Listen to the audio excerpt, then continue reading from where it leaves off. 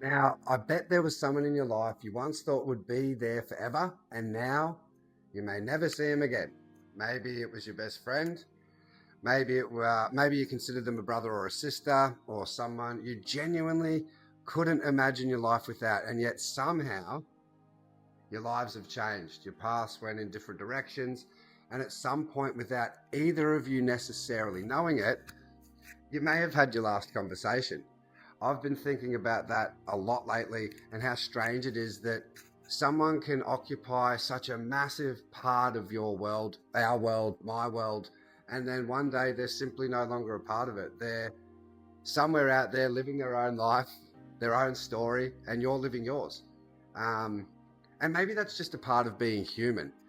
Like, we're all living our own story, yet those stories intertwine, sometimes for a moment, sometimes for months, sometimes for years, sometimes for the better part or most of our lives. But eventually, some of those paths separate. And I've started to wonder, maybe someone leaving our story doesn't mean the relationship actually failed.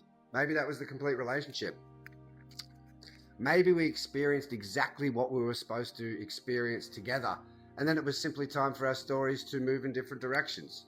Because something else I've noticed is that even when the relationship ends, the love doesn't necessarily disappear. You can think about someone you haven't seen in years and still love them, right? Still hope they're okay. Still be grateful that your lives crossed it all. And part of me likes to think that somehow, somewhere, we'll meet these people again.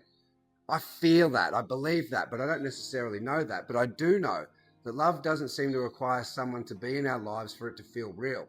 Sometimes we can just think about that person, the one you once thought would always be there.